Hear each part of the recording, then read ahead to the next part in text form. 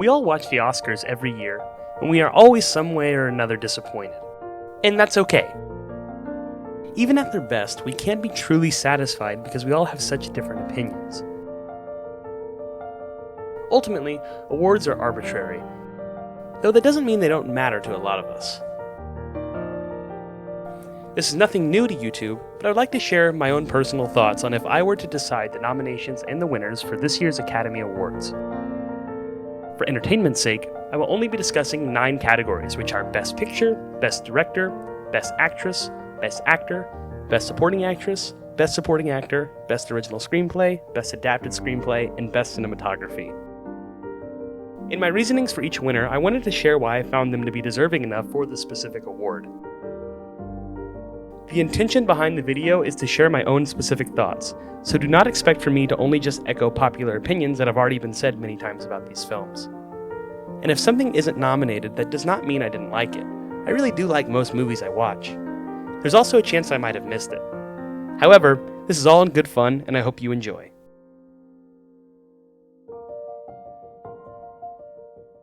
Presenting the award of Best Supporting Actor is last year's winner, Ke Huy Quan. And the nominees are Josiah Cross, 1001. Like, you ever seen The Wiz? Yeah. Yeah, like, stuff like that. Jacob Elordi, Priscilla. I know, little one. Just give me a few weeks to get into this movie, and then, I don't know, maybe you can come out for a while. Glenn Howerton, Blackberry. Get ready for a hostile takeover of this entire fucking league, okay? You think I won't do it? I'm from Waterloo, where the vampires hang out! Milo Machado Grenier, Anatomy of a Fall. Non, pas du tout, là je voulais juste aller me promener. Ok. Tu m'as dit que t'avais entendu tes parents au moment où t'es sorti de la maison, c'est ça? Tu te souviens du genre de conversation qu'ils avaient? Oui, à peu près, c'était pas une dispute. Ryan Gosling, Barbie. And the Kens really are just better at ruling than the Barbies ever were. Well, we just took patriarchy and, made a patriarchy. Yeah. And the winner is Ryan Gosling, Barbie. A masterclass of a comedic performance, Gosling is not afraid to swing for the fences with this over-the-top portrayal of Ken the doll. Ryan Gosling has played a lot of different kinds of characters, but he continues to innovate as a performer, hitting a new level of energy, or should I say, Kenergy, that I'd never seen from him. A role such as the golden retriever boyfriend that's demoted by the unreciprocated feelings making him a friend boy could be denoted as a pacifism to relinquished masculinity, as many interpreted it at face value. But putting it plainly, Ryan puts on a good show of love, conflict, and newfound authority. His role as Ken was fun-loving, and about making a place for himself as himself, comfort and solitude, and respecting his value with or without a counterpart to complement. Ryan filled the already colorful world with even more color in his role as Ken. Many actors can make this role funny, but I believe Gosling is the only one who could play the part to the high level he is committed to due to his own social knowledge and outspoken views on many of the themes reflected in the film. What puts Gosling above the rest for me is the self-awareness he has as an actor. His character choices and motivations not only bring the script to life, but add on to the already pithy text. Presenting the award of Best Supporting Actress is last year's winner, Jamie Lee Curtis. And the nominees are Penelope Cruz, Ferrari. You were supposed to save him! You blame me for his death? Yes! Yes, because you promised me he wouldn't die! Divine Joy Randolph, The Holdovers. My little sister Peggy and her husband invited me to go visit them in Roxbury, but I feel like it's too soon. Like Curtis will think that I'm abandoning him, you know? Rosa Salazar, A Million Miles Away. I would love to go on a date with you in your dusty old delivery truck, but I don't think it's going to happen. Sign here? Because you would have to meet my father first. Rachel McAdams, Are You There, God? It's Me, Margaret. I'll be right out here. Okay.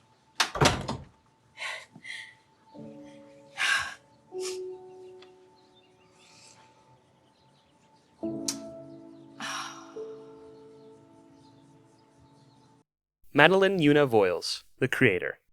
We're the same. We can't go to heaven because you're not good. And I'm not a person.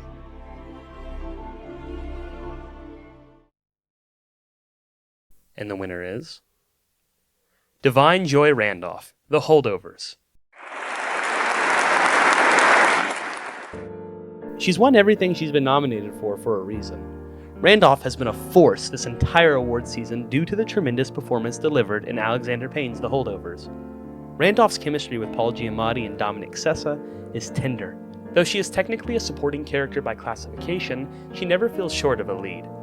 There is a consistent authenticity carried over from scene to scene. Randolph's performance exudes benevolence and honesty in every interaction and moment we are lucky enough to have her on the screen. She manages to sell the pain Mary Lamb has to feel every day in a way that makes us feel like we were there for it all. What is the woman of nurture when she's left with no one to hold? Divine emanates the presence of a warm hug and a midnight bowl of ice cream, yet, in spite of that softness, portrays a grief so silent and heavy that, with a look, you see her internal dialogue in a battle with a henhouse ladder history. What more can become of a woman stripped down to a job and a cigarette? It's one of those performances that is so special, it sticks with you far after you leave the theater.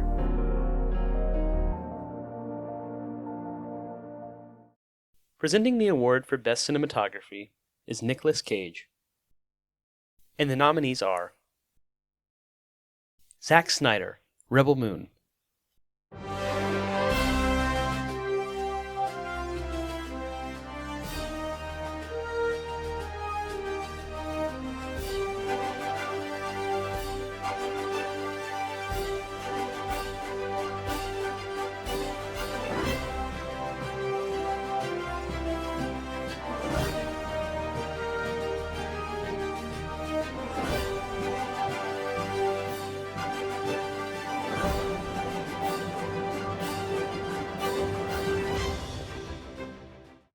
Igel Brild, The Holdovers.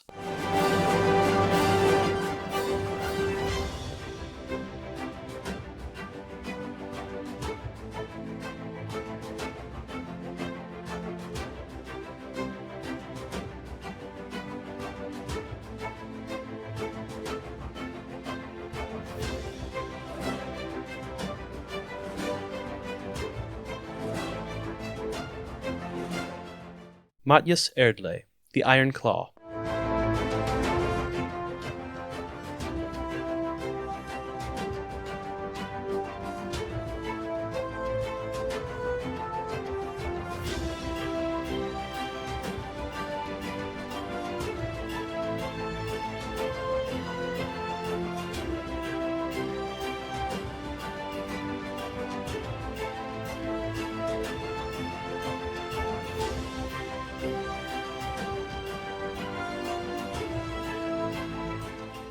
Matthew Libatique, Maestro.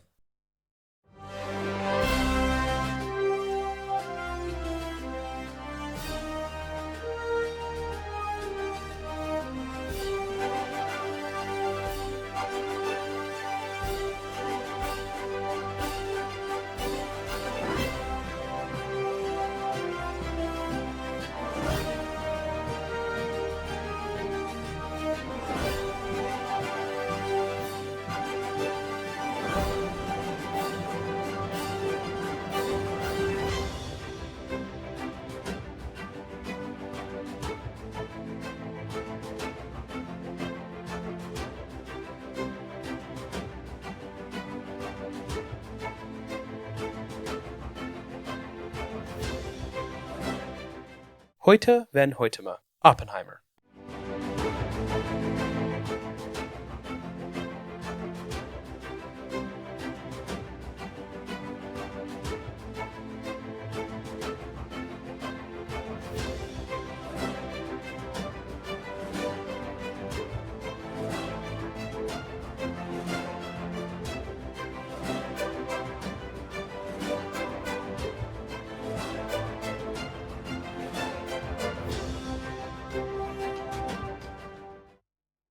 And the winner is Matthew Libatique, Maestro.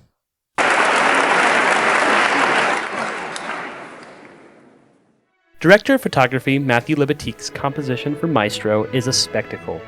Shot on Kodak film using Panaflex Millennium XL cameras, Libatique shoots the story in many different ways, such as black and white, with a 4:3 aspect ratio, and in color with a 16:9 aspect ratio. The cinematography evolves with the technology of the era that the film is taking place in. Technology not only reflects the passing of time, but cinematically, it demonstrates the emotional maturity between the lead characters. The camera loses its flash just as Leonard and Felicia's relationship does. The over-the-top moments of grandeur are replaced by quiet delicacies. It's loud when it wants to be, and vulnerable when it needs to be. Libatique's transitions are jaw-dropping. This film isn't afraid to dazzle, but that never takes away from the drama and the high stakes the film takes the audience through. Presenting the award of Best Adapted Screenplay is Mahershala Ali and Matthew McConaughey. And the nominees are Greta Gerwig and Noah Baumbach, Barbie. We mothers stand still so our daughters can look back to see how far they've come. Sofia Coppola and Sandra Harmon, Priscilla. That's it, woman. I don't want to hear another word. Was there something you're hiding? I don't have a goddamn thing to hide. You're just being too goddamn aggressive and demanding. You know, I think you should go see your parents for a little while. What? Matt Johnson and Matthew Miller, Blackberry. Mike? Hi. There are 3 reasons why people buy our phones. Do you know what they are? Email. They work. Yang Jihu, Gong Gear, Frank Guo, and Ru Cheng Yi, The Wandering Earth 2. 人类啊，把最精密的保密系统都用在了彼此毁灭之上。 Cord Jefferson and Percival Everett, American Fiction. Yeah, this is he. Oh, really?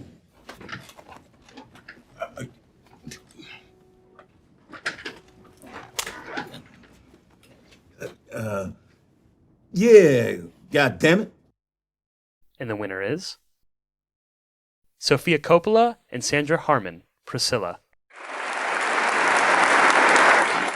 Adapted from the 1985 memoir Elvis and Me, written by Priscilla Presley herself, Sofia Coppola has brought to life a film that people will continue to celebrate even more as time goes on. The narrative going into this movie was that it was going to be an Elvis hit piece, which it ended up being anything but that. In fact, it did far more for the portrayal of Elvis than the 2022 movie Elvis even did. Now, enough talking about Elvis, let's talk about why the movie was even made. To tell Priscilla's story. Like many others, I'd never known who the woman really was as a person. I appreciate how the film acknowledges this and focuses its narrative on it. The physical evolution of Priscilla's character and wardrobe and appearance mirrors the independence she finds throughout the narrative. The lack of Elvis's music is intentional. It allows our protagonist to create her own soundtrack, finally telling her own story. What I really respect about Coppola's screenplay is that it never takes sides in its depiction. It focuses on portraying what actually happened. In the original novel, Priscilla abides that they always loved each other, which the movie holds true to. Its focus is on authenticity, because too many people just know the fantasy of what they thought was Priscilla and Elvis Presley. Presenting the award for Best Original Screenplay is Jessica Lange and Sam Rockwell.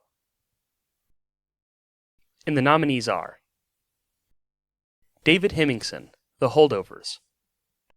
Sir, I don't understand. That's glaringly apparent. No, it's... I can't fail this class. Oh, don't sell yourself short, Mr. Coates. I truly believe that you can. Tony Rettenmeyer and Jewel Taylor. They cloned Tyrone. Whatever clues we had is 100 feet buried under the ground.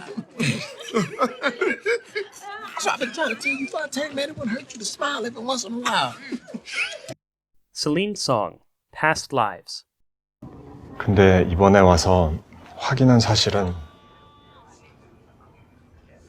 넌 너기 때문에 떠나가야 했어. 그리고 내가 널 좋아한 이유는 네가 너이기 때문이야. Sean Durkin, The Iron Claw. Or would you like to have a drink with me sometime, Pam? Are you asking me out? Make me feel a little worse while you're at it. Justine Triet and Arthur Harari, Anatomy of a Fall. I mean, sometimes a couple is kind of a chaos, and everybody's lost, no? And the winner is David Hemmingson, The Holdovers. Written by David Hemmingson, The Holdovers taps the audience into a universally nostalgic coming-of-age story that has something for everyone within the three lead characters alone. Based on his experience in a boarding school, Hemmingson knows the environment to a T. Though the setting is cold, the dynamics between Paul, Angus, and Mary fill the narrative with warmth. Hemmingson rides the comedic and dramatic line faultlessly, never shifting the film's tone too far one way or another. As terrific and as well-fit Payne's directing is for this film, the script alone holds so much erudition that I believe it could have been just as successful as a stage play. The dialogue is so clever. I'm willing to bet that there's something you'll pick up on you may have missed the first time. It's a script so good that you not only wouldn't mind a rewatch, you're actively waiting to visit it again. Presenting the award of Best Director is Michelle Pfeiffer and Al Pacino. And the nominees are Takashi Yamazaki, Godzilla -1. あれはゴジラ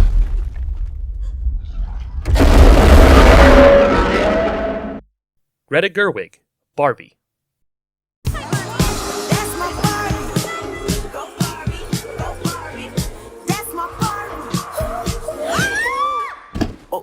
Oh, girl, you okay? Hi, Barbie. Bradley Cooper, Maestro. You're letting your sadness get the stop better. it. Let me This at least has finish. nothing to Let me do with finish me. what No. I'm going to say. No. I think No. you're letting your This sadness has get the better nothing of to you. do with me. That's- It's about you, so you should love it. Sean Durkin, The Iron Claw.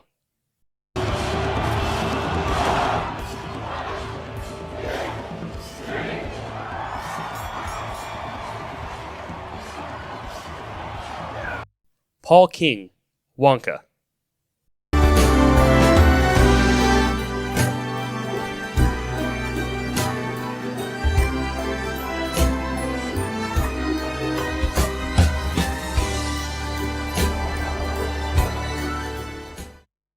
And the winner is Sean Durkin, The Iron Claw. Sean Durkin's The Iron Claw was truly a cinematic achievement. As a wrestling fan who was aware of the Von Erich story, I knew the purposeful thematic intent that a story of this emotional caliber could provide. But even with my previous knowledge of the real-life events, I was completely floored at every punch this movie hit me with. I fell victim to the poise of Durkin and his exceptional commitment to all aspects of the picture. Also serving as screenwriter on this 7-year journey, Durkin not only gets the integral elements of filmmaking, but also professional wrestling. Even with this film being a biographical retelling of true events, Durkin chooses to frame our characters more in the vein to an ensemble in a Greek tragedy. He does so seamlessly by blending the magic of professional wrestling with the ongoing issues that are present in the lives of our characters. This is a movie about the behind the scenes of wrestling that never really breaks kayfabe. The matches are never seen as entertainment. They feel real. They are worked into the narrative. We know the Von Erichs in the ring just as well as we do outside of it. Durkin isn't afraid to take risks. In a film that spans over multiple decades, he trims the fat, showing the precise beats of the narrative that cultivate into an unforgettable celebration of brotherhood and professional wrestling that will continue to be revered for years to come. Presenting the award of Best Actor is last year's winner, Brendan Fraser. The nominees are Leonardo DiCaprio, Killers of the Flower Moon. Here. I don't know. Hey, but here, money flows freely here now. Well, I do love that money, sir. John Boyega, They Cloned Tyrone. Ain't no good here. It's because of me. I'm a dope boy, remember? It's who I am. So I'm gonna go right back to doing me. Paul Giamatti, The Holdovers. I think you and I have this in common. But don't get me wrong, you have your challenges. You're erratic and belligerent and a gigantic pain in the balls, but you're not your father. You're your own man. Bradley Cooper, Maestro.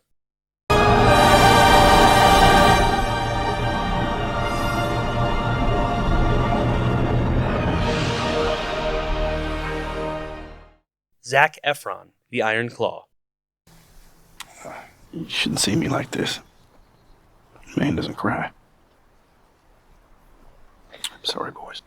It's okay, Dad. You can cry. And the winner is Paul Giamatti, The Holdovers. A tenured veteran in his craft, Giamatti has put more than enough time in to receive this prestigious honor. However, he's not receiving this award just because of the time he has put in, but because of his magnum opus that is delivered in Alexander Payne's The Holdovers. A man of many roles, yet Giamatti manages to bring something demiurgic to the table with his performance of Paul Hunham. He portrays the fully grown, loathsome embodiment of the very kid that would go, "Hey teacher, wasn't the homework due today?" The surrounding reaction? Exasperated, disgruntled children that will surely have a bone to pick at recess.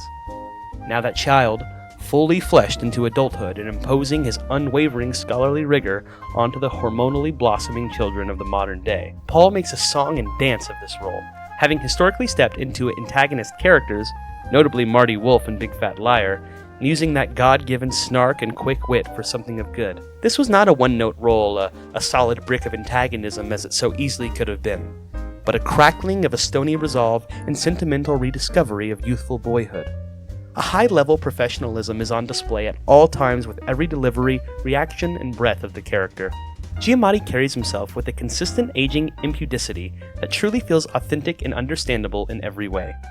Presenting the award of Best Actress is last year's winner, Michelle Yeoh. And the nominees are Greta Lee, Past Lives. Because we're sitting here at the same table in the same city at the same time. Mm-hmm. Yeah, wouldn't that make this yin-yang?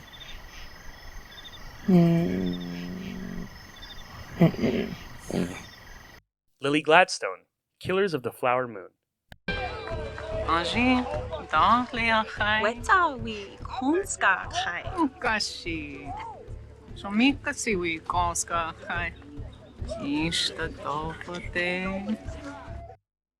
Carey Mulligan, Maestro. It was sort of a banner I wore so proudly. I don't need. And look at me now. Tiana Taylor, 1001. That's real easy for you to say because you get to be the saint, right? You get to be the saint while I'm stuck here fighting these wars all by myself. What? Show up for me, like. Show up for me! Sandra Huller, Anatomy of a Fall. Because your pride makes your head explode before you can even come up with the little germ of an idea. And now you wake up and you're 40 and you need someone to blame. And you're the one to blame. And the winner is Lily Gladstone, Killers of the Flower Moon. Thank God that Molly Burkhart was given more scenes in the subsequent drafts of Killers of the Flower Moon. My biggest critique of the film is that I believe her character should have had even more screen time. What Gladstone does with this role is a meritorious achievement. Gladstone carries an internalized sense of strength in every scene she is in. Sharing the screen with acting giants Leonardo DiCaprio and Robert De Niro takes a certain mental fortitude for any performer who steps into that frame, to which Gladstone does fearlessly, not only holding her own, but giving the finest performance in the entire film. No other actress would have been able to have the creative influence Gladstone had over Molly's character. This story and Molly Burkhart means so much to Lily, which is apparent not only through interviews but through the performance alone.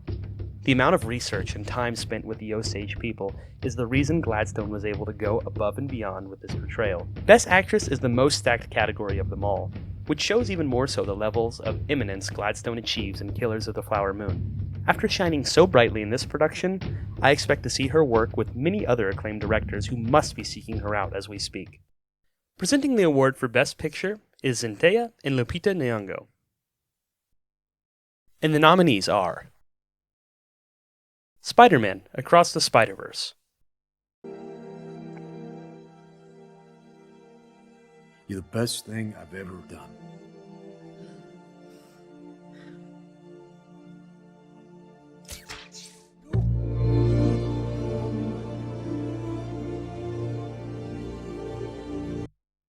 The Holdovers. It is your fault. You were supposed to be looking after me. I told you to stop. You said you washed your hands of me. No, I meant it metaphorically. Of course you meant it metaphorically. What were you gonna do? Actually go and wash your hands? They Clone Tyrone. I'm gonna do to the underground. Hope niggas don't drown. Get right now. The Iron Claw.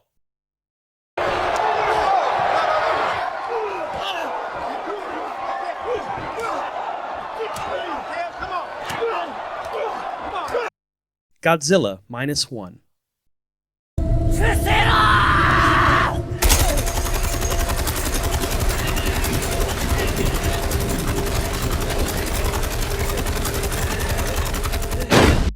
And the winner is Spider-Man Across the Spider-Verse.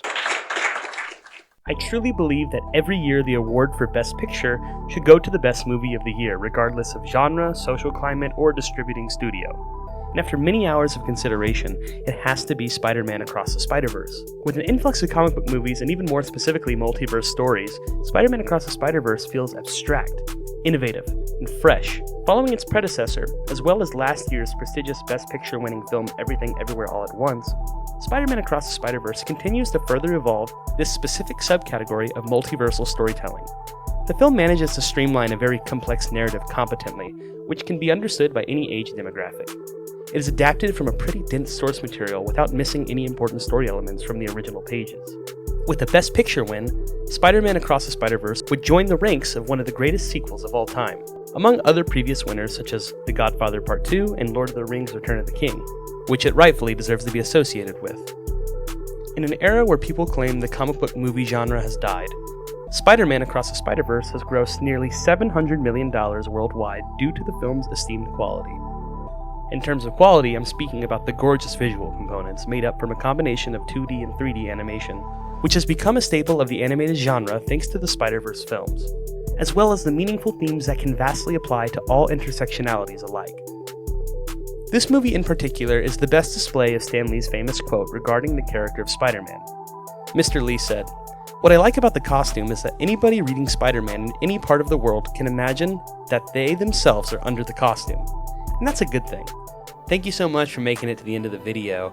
It's so cool to be able to share this with you all. Comment below if you guys had any opinions on my picks and nominations, what you think should have been nominated, what you would have done, maybe some other categories that I could have talked about that I didn't. Let me know because I want to hear it all. I've been working on a lot of new videos for the channel, so expect more to be coming soon. And thank you all so much for listening.